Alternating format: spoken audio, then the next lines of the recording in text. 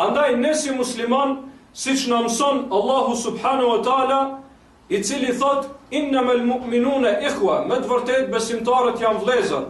Ne si musliman pra e ndjejmë këtë dhimbje sikur të ishin vëllezërit tonë prej gjaku.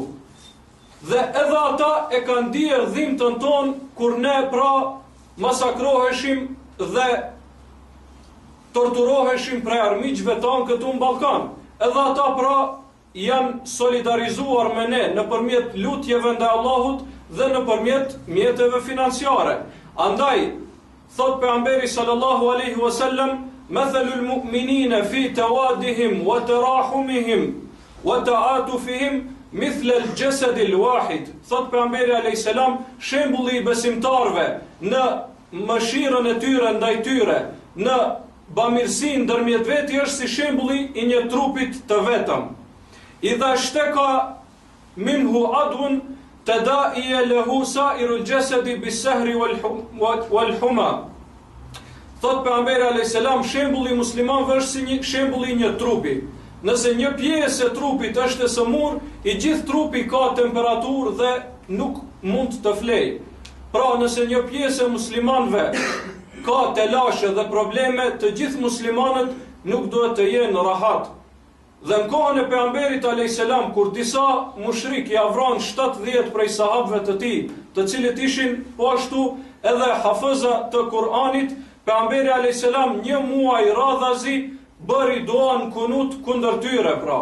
Një muaj radhazi dhe e mor këtë si një gjendje të jashtëzakonshme për të gjithë muslimanët.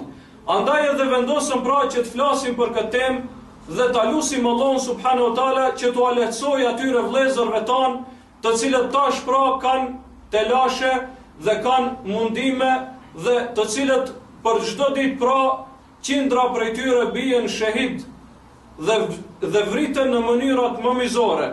Dhe asnjëri prej jush mos ta nënçmoj këtë vepër, mos ta nënçmoj duan që e bën ti ndaj Allahut subhanahu wa taala për t'ju ndihmuar atyre, sepse thot pejgamberi alayhis salam në hadithin që e transmeton Nesaiu dhe ka bërë sahih Sheikh Albani, thot inna Allaha yansuru hadhihi al-ummata bi da'ifiha bi da'watihim wa salatihim wa ikhlasihim.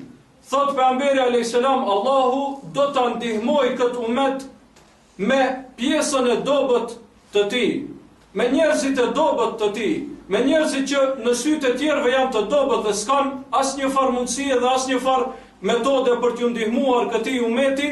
Mirë po thot pejgamberi alayhis salam, Allahu subhanahu wa taala do ta ndihmoj këtë umet me këta njerëz, me duan e tyre që e bëjnë ndaj Allahut, me namazin e tyre që e bëjnë dhe me sinqeritetin që ata ja drejtojnë Allahut subhanahu wa taala në duan që ja bëjnë atij i lartësuar qoftë ai.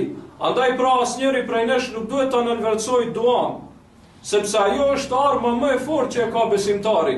Dhe secili prej nesh duhet që të bëj dua për vëllezërit tanë, të cilët janë pra në gjendje të vështirë, jo vetëm Sham, për të cilën po flasim sot, po në të gjithë botën. Kado që janë ata, duhet që ne pra të jemi për atyre që bëjnë dua për t'u lehtësuar Allahu subhanahu wa taala gjendjen e tyre.